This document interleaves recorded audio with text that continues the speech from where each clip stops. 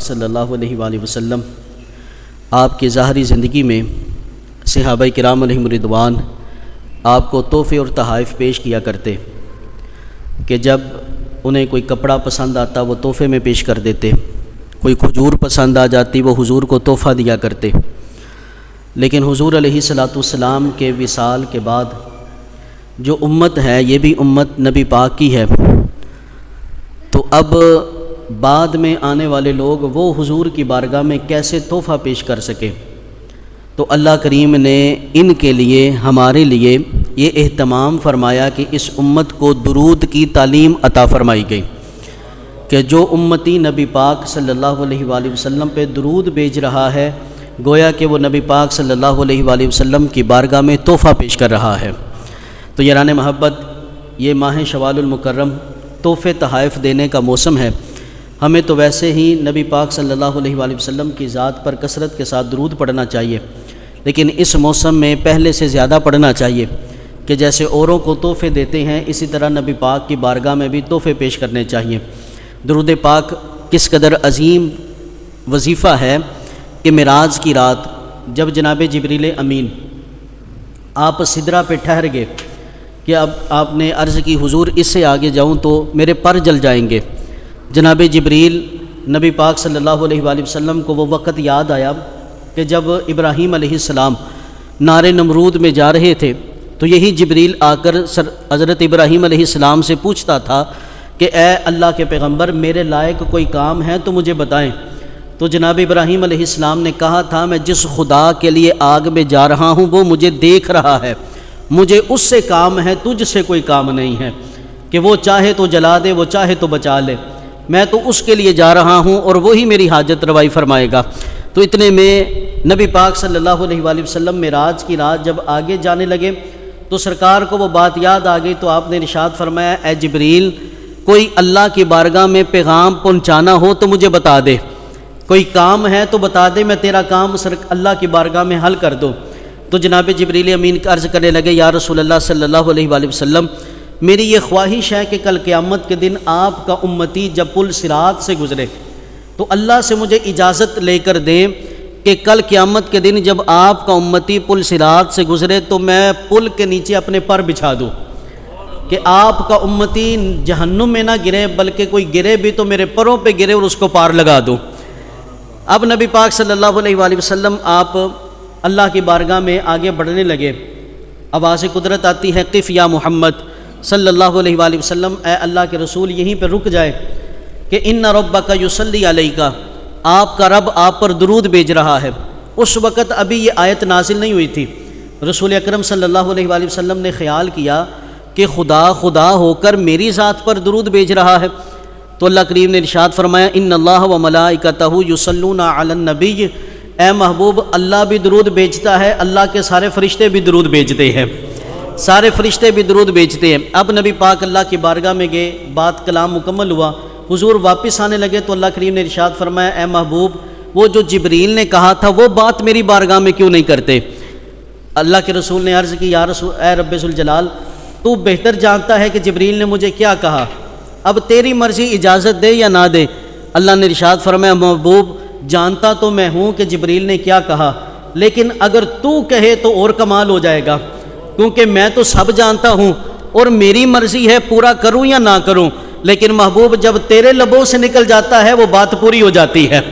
وہ خدا پوری کرتا ہے، تو اپنے لبوں سے نکال کے جبریل کیا کہتا ہے۔ حضور علیہ الصلوۃ والسلام نے عرض کی یا اللہ جبریل کی یہ خواہش ہے کہ کل قیامت کے دن میری امت کے لیے پر بچھانا چاہتا ہے۔ اللہ کریم نے ارشاد فرمایا جاؤ محبوب جبریل سے جا کر کہہ دے کہ وہ بندہ جس نے نبی پاک کی ذات پر درود بھیجا ہوگا جب وہ پل صراط سے گزرنے لگے تو جبریل کو اجازت ہے کہ اس بندے کے لیے اپنے پروں کو بچھا دے، اس بندے کے لیے اپنے پروں کو بچھا دے۔ درود پاک اس قدر بڑا وظیفہ ہے کہ نبی پاک صلی اللہ علیہ وآلہ وسلم نے ارشاد فرمایا کہ درود پاک کل پل صراط پہ تمہارے لیے نور ہو جائے گا، یہ رہنمائی کرے گا، تو درود پاک کی ہمیں کثرت کرنی چاہیے۔ اسی طرح اپنے گھروں میں ہمیں یہ اہتمام کرنا چاہیے کہ 1 منٹ 2 منٹ 12 منٹ جتنی دیر بھی ہو سکے، یا کھانے کے ٹیبل پر جب اکٹھے ہوتے ہیں تو یہ معمول بنا لیں کہ بیٹا 12 مرتبہ درود پاک پڑھو۔ گھر میں تھوڑی سی یہ محفل درود پاک سجایا کریں، اس کی کتنی برکت ہوتی ہے۔ نبی اکرم نور مجسم صلی اللہ علیہ وآلہ وسلم آپ نے ارشاد فرمایا ما من مجلس یصلی فیہ علی سیدنا محمد صلی اللہ علیہ وآلہ وسلم، فرمایا کہ جس بھی محفل میں میری ذات پر درود بھیجا جاتا ہے، جس بھی حلقے میں، جس بھی محفل میں لوگ اکٹھے ہو کر میری ذات پر درود بھیجتے ہیں، فرمایا الا قامت منہ رائحۃ طیبۃ حتی تبلغ عنان السماء، فرمایا کہ اس محفل میں سے ایک خوشبو آسمانوں کی طرف جاتی ہے، جب وہ عرش کے فرشتے وہ خوشبو سونگھتے ہیں، فتقول الملائکۃ ھذا مجلس صلی فیہ علی محمد، تو فرشتے ایک دوسرے سے کہتے ہیں یارو آؤ اس محفل میں چلتے ہیں، اس محفل میں نبی پاک پہ درود پڑھا جا رہا ہے، نبی پاک پہ درود پڑھا جا رہا ہے۔ اب یہاں پہ محدثین نے بڑی بڑی خوبصورت باتیں لکھی، بعض نے کہا کہ یہ خوشبو کس بات کی ہے کہ جس محفل میں درود پڑھا جا رہا ہے یہ کس چیز کی خوشبو اٹھتی ہے، بعض نے کہا کہ یہ درود کی خوشبو ہے، یہ ایک منفرد خوشبو ہوتی ہے جو اللہ کے فرشتے سونگھ لیتے ہیں اور اس محفل میں آ جاتے ہیں،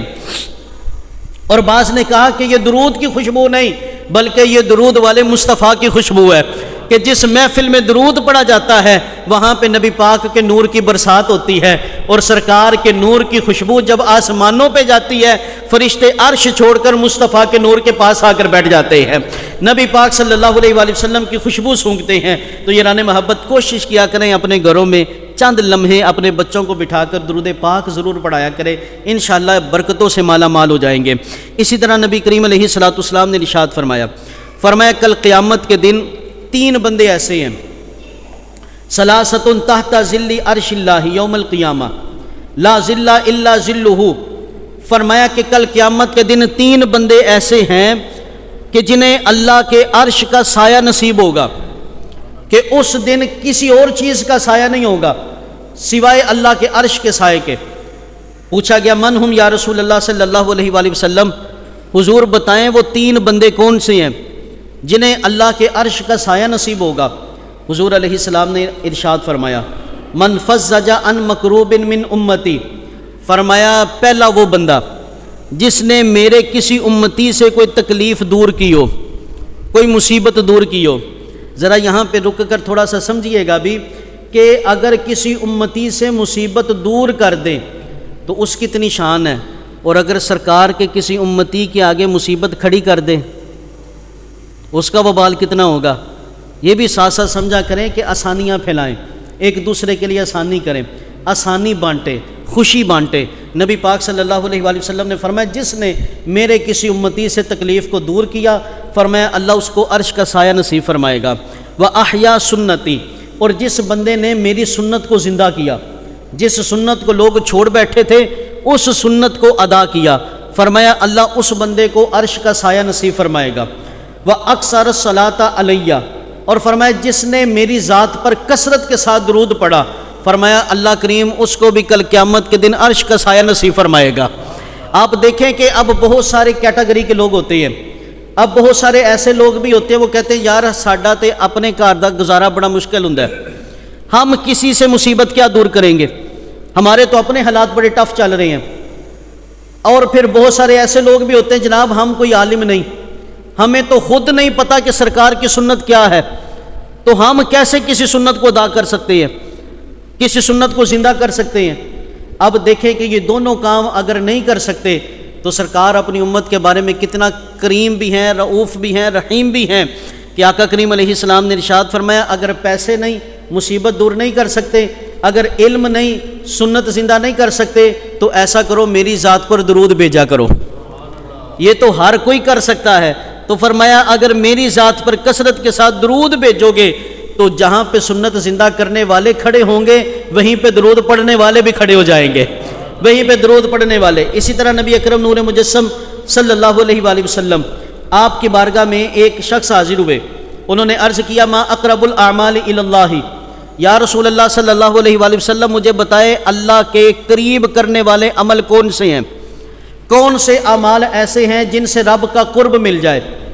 رسول اکرم صلی اللہ علیہ وآلہ وسلم نے ارشاد فرمایا صدق الحدیث و اداء الامانات، فرمایا ہمیشہ سچ بولنا، سچی بات کہنا، امانتوں کو ادا کرنا۔ یہ دو ایسے کام ہیں جس سے اللہ کا قرب مل جاتا ہے۔ وہ کہنے لگے یا رسول اللہ صلی اللہ علیہ وآلہ وسلم زدنا، حضور مجھے اس سے اور بھی زیادہ کوئی عمل بتائیں۔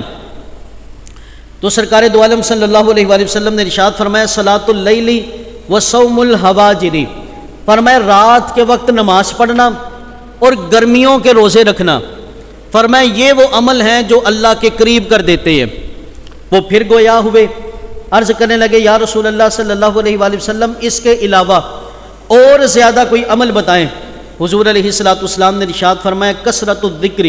والصلاۃ علیہ تنفی الفقر، فرمایا کہ اللہ کا ذکر کثرت کے ساتھ کرنا اور میری ذات پر کثرت کے ساتھ درود بھیجنا، فرمایا یہ عمل انسان کو رب کے قریب بھی کر دیتا ہے اور انسان کی تنگ دستیاں بھی دور کر دیتا ہے، انسان کے فقر کو بھی دور کر دیتا ہے، انسان کی فقیری کو دور کر دیتا ہے۔ اور وہ پھر کہنے لگے یا رسول اللہ صلی اللہ علیہ وآلہ وسلم اس کے علاوہ مجھے کوئی اور عمل بھی بتائیں جس سے اللہ کا قرب مل جائے۔ حضور علیہ الصلوۃ والسلام نے ارشاد فرمایا من اما قومن، جس بندے کو قوم کا امام بنایا گیا، فلیخفف، اس کو چاہیے کہ وہ نماز میں تخفیف کرے،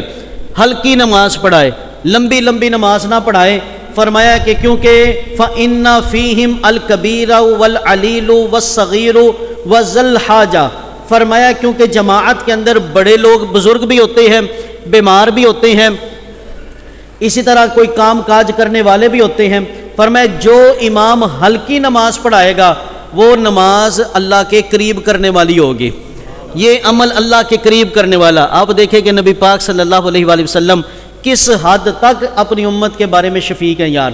اس حد تک کہ نماز کے بارے میں فرمایا گیا ہلکی پڑھو تاکہ میرے امتی پریشان نہ ہو،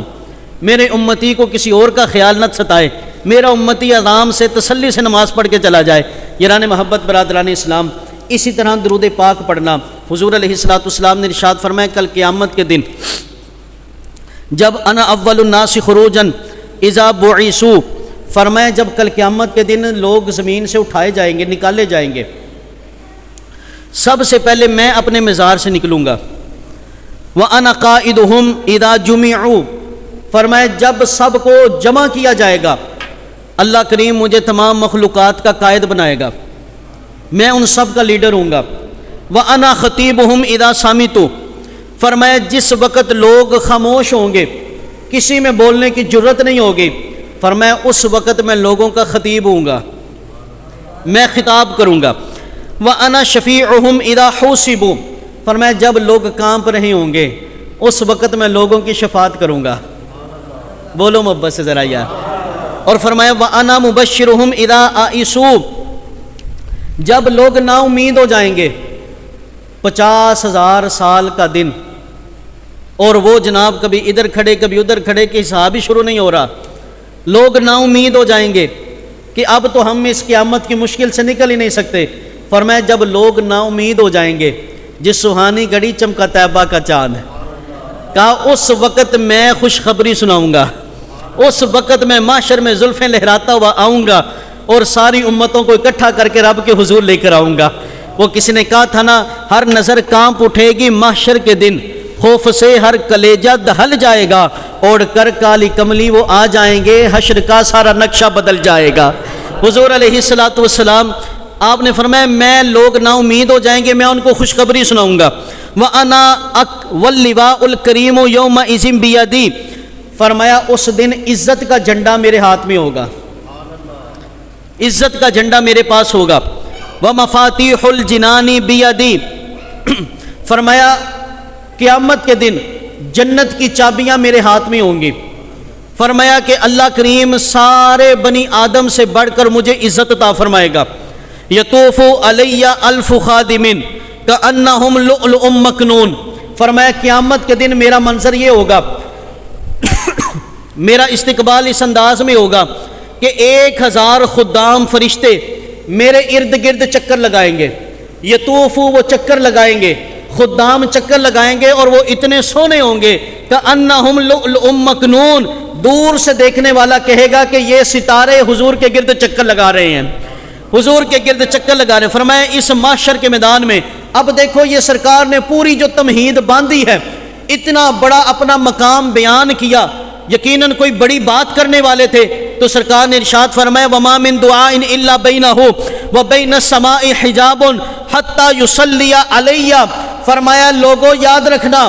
میری اتنی شان ہے، اور میں اتنی شان کو مد نظر رکھتے ہوئے لوگوں تو میں یہ پیغام سنا رہا ہوں کہ جب کوئی دعا کرنے والا دعا کرتا ہے، اس کی دعا کے اور اللہ کے عرش کے درمیان میں فاصلہ ہوتا ہے، پردے ہوتے ہیں۔ فرمایا کہ جب کوئی بندہ مجھ پر درود پڑے بغیر دعا کرتا ہے تو اس کی دعا اس پردے کے پاس آ کر رک جاتی ہے، آسمانوں پہ نہیں جاتی ہے۔ فرمایا جس دعا سے پہلے اور جس دعا کے اختتام پہ میری ذات پر درود بھیج دیا جائے، وہ پردوں کو چیرتی ہوئی اللہ کے عرش تک پہنچ جاتی ہے، اللہ کے عرش تک پہنچ جاتی ہے۔ یاران محبت، برادران اسلام، دعا مانگنے کا طریقہ یہ ہے، پہلے درود پاک پڑھا کریں، اللہ کی حمد کیا کریں۔ دعا کے اختتام کا طریقہ یہ ہے کہ نبی پاک صلی اللہ علیہ وآلہ وسلم پر درود بھیجا کریں۔ جب دو درودوں کے درمیان ہماری دعا ہوگی، پہلا بھی درود قبول ہے، آخر میں پڑھنے والا درود بھی قبول ہے، تو انشاءاللہ درمیان والی دعا بھی قبول ہو جائے گی۔ یاران محبت، برادران اسلام، اسی طرح آج ہم نے جو درود کے ساتھ اپنا تعلق بنایا ہے، 1400 سال پہلے، 1500 سال پہلے ہمیں نبی پاک صلی اللہ علیہ وآلہ وسلم نے ایک تلقین فرمائی تھی۔ ارشاد فرمایا لا تجعلونی کقدح الراکب، ارشاد فرمایا اے لوگو میرے ساتھ مسافر کے پیالے والا تعلق نہ بنا بیٹھنا، میرے ساتھ مسافر کے پیالے جیسا سلوک نہ کرنا۔ یا رسول اللہ صلی اللہ علیہ وآلہ وسلم وما قدح الراکب، حضور مسافر کا پیالہ کیسا ہوتا ہے؟ ارشاد فرمایا ان المسافر اذا فارغ من حاجت، فرمایا کہ جب کسی بندے کو، مسافر کو پانی پینے کی ضرورت ہوتی ہے نا، تب وہ پیالہ تلاش کرتا ہے، اور جب وہ ضرورت پوری کر لیتا ہے پھر وہ پیالے کو پھینک دیتا ہے، اسے نظر انداز کر دیتا ہے، اس پیالے کو بھول جاتا ہے، اسے سامان میں ایسے گرا دیتا ہے۔ اسے وضو کے لیے پانی کی ضرورت پڑی، اس نے تب پیالے کو دیکھا، تب پیالے کو یاد کیا۔ فرمایا جب اس کی ضرورت پوری ہو جاتی ہے وہ پیالے کو چھوڑ دیتا ہے۔ فرمایا اے میری امت، میرے ساتھ اس پیالے جیسا تعلق نہ بنانا کہ ضرورت پڑی تو یاد کر لیا، ضرورت پوری ہوگی تو پھر مگن ہو گیا اپنے کاموں میں۔ فرمایا نہیں، ضرورت میں تو سرکار کو یاد کرنا ہی کرنا ہے، لیکن کبھی مسرور ہو کے بھی کرو، کبھی بیٹھے بیٹھے بھی حضور کو یاد کرو، کبھی چلتے چلتے بھی حضور کو یاد کرو، کبھی اٹھتے بیٹھتے حضور کو یاد کرو۔ فرمایا میرے ساتھ یہ پیالے والا تعلق نہ بنانا کہ بس ضرورت کے وقت یاد کیا، جب خوشی ہو تب بھی یار حضور کو یاد کیا کرو، جب کوئی مشکل آ جائے پھر بھی حضور کو یاد کیا کرو۔ ایسا تعلق حضور کے ساتھ ہمارا ہونا چاہیے۔ اسی طرح نبی پاک صلی اللہ علیہ وآلہ وسلم نے ارشاد فرمایا ان اللہ لینظر الی الی من یصلی علی ومن نظر اللہ الیہ لا یعذبہ ابدا، فرمایا جو بندہ میری ذات پر درود بھیجتا ہے اللہ کریم اس بندے پر نظر رحمت فرماتا ہے، اور فرمایا اللہ جس بندے کو دیکھ لے رحمت کی نگاہ سے، فرمایا اسے پھر کبھی سزا نہیں دیتا، اسے کبھی عذاب نہیں دیتا۔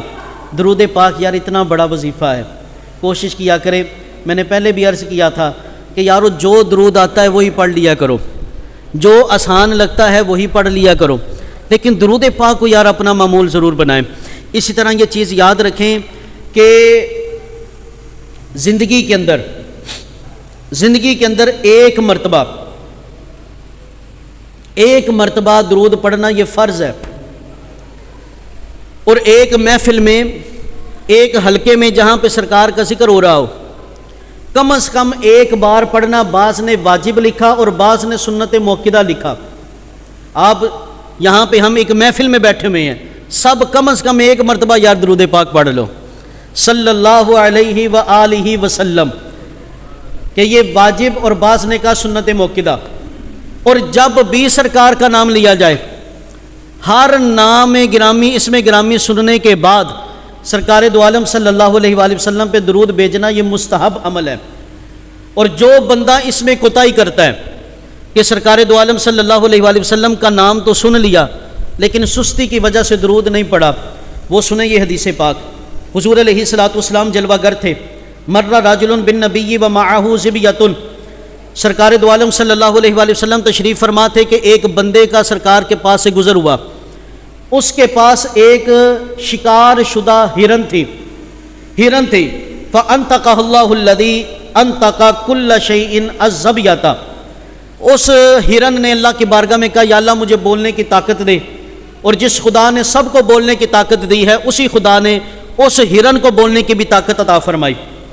فقالت یا رسول اللہ صلی اللہ علیہ وآلہ وسلم ان لی اولادن، وہ ہرن کہنے لگی حضور میں ماں ہوں، میری اولاد ہے، وَأَنَا أُرْضِعُهُمْ، اور یہ وقت اپنے بچوں کو دودھ پلانے کا ہے، وَإِنَّهُمْ الْآنَ جِيَاعٌ، یا رسول اللہ صلی اللہ علیہ وآلہ وسلم یہ وقت میرے بچے بھوکے ہیں، اور حضور یہ وقت ان بچوں کو دودھ پلانے کا ہے، حضور میں شکار ہو چکی ہوں، لیکن یا رسول اللہ صلی اللہ علیہ وآلہ وسلم آپ اس بندے کو، اس اعرابی کو حکم دیں کہ وہ مجھے چھوڑ دے، میں اپنے بچوں کو دودھ پلا کر آ جاؤں، میں یا رسول اللہ واپس آ جاؤں گی۔ نبی کریم علیہ الصلوۃ والسلام نے ارشاد فرمایا اگر تو واپس نہ آئی تو پھر اب سنو یہ حدیث پاک کے الفاظ۔ اب وہ ہرن کیا کہتی ہے ان لم اعد فلعن اللہ علی کمن تذکر بین یدیہ فلا یصلی علیک،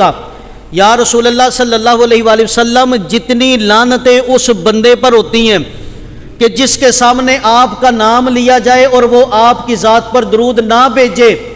اس بندے پر جتنی لعنتیں ہوتی ہیں، اگر میں واپس نہ آؤں تو حضور مجھ پہ اتنی لعنتیں ہوں کہ جتنی سرکار اس بندے پر برستی ہیں جس نے آپ کا نام تو سنا لیکن آپ پہ درود نہیں بھیجا۔ او کنتو کمن صلی ولم یدعو، یا رسول اللہ مجھ پر اتنی لعنتیں برسے جتنی لعنتیں اس نمازی پر برستی ہیں جس نے نماز تو پڑھی لیکن دعا نہیں مانگی، لیکن یہاں پر رک کر یہ بھی بات ذرا سن لینا یار، بہت سارے لوگوں کو ہوتا ہے جناب یہ بات ہمارے بارے میں کی گئی ہے، ہاں ہر بندے کو، کچھ بندوں کو یہ شوق ہوتا ہے اپنے اوپر نا باتیں فٹ کرنے کا۔ یہ بات یاد رکھنا، سلام پھیرنے کے بعد اگر کوئی دعا مانگے بغیر اٹھ کر چلا جاتا ہے، اس حدیث میں اس کا ذکر نہیں ہے یار۔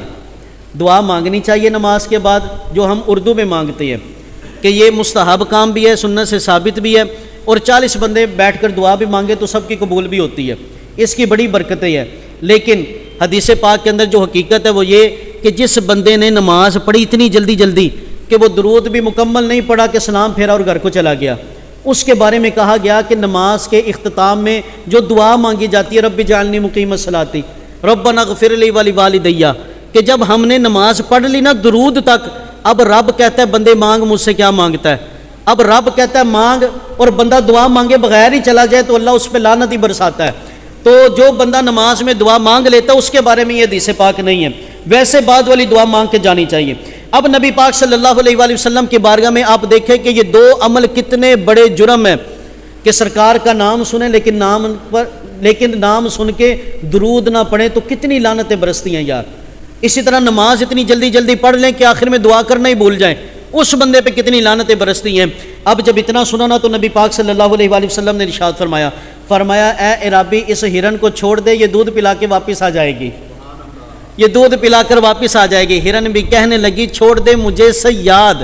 میں وہ لوٹ آؤں گی کہ حضور جانتے ہیں۔ آقا کریم علیہ السلام المختصر وہ ہرن دودھ پلا کر واپس آئی، سرکار نے فرمایا مجھ سے پیسے لے لے، اس ہرن کو چھوڑ دے۔ اس عرابی نے کہا یا رسول اللہ آپ کے قدموں پہ وار دی، اس نے وہ شکار چھوڑ دیا۔ اب یہ سارا واقعہ ہوا نا، اللہ اکبر کبیرہ، اے امتی اپنی قسمت پہ رشک کر۔ جبریل امین فنازل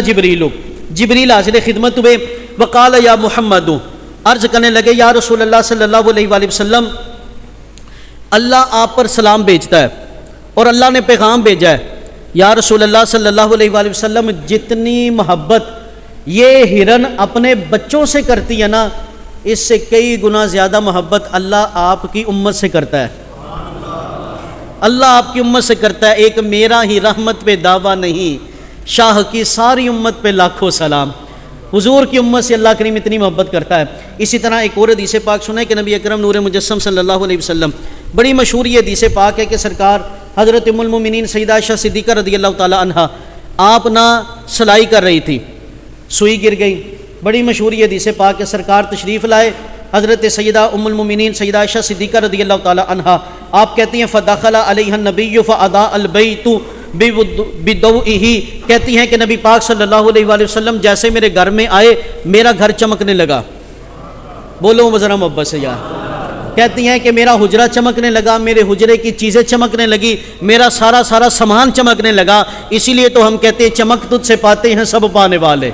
میرا دل بھی چمکا دے چمکانے والے۔ کہتی ہیں کہ ہر چیز چمکنے لگی، سرکار کے نور کی چمک سے میں نے اس سوئی گم شدہ سوئی کو تلاش کر لیا۔ اس کے بعد حضرت ام المومنین کہتی ہے میں نے سرکار کی بارگاہ میں عرض کی یا رسول اللہ صلی اللہ علیہ وآلہ وسلم، اللہ نے آپ کو کتنا نور عطا فرمایا، کتنی چاشنی عطا فرمائی، کتنی چمک عطا فرمائی ہے۔ آقا کریم علیہ السلام نے ارشاد فرمایا ویل لمن لا یرانی یوم القیامہ، فرمایا عائشہ اس بندے کے لیے ہلاکت ہے جس بندے نے کل قیامت کے دن میرا نظارہ نہیں دیکھا،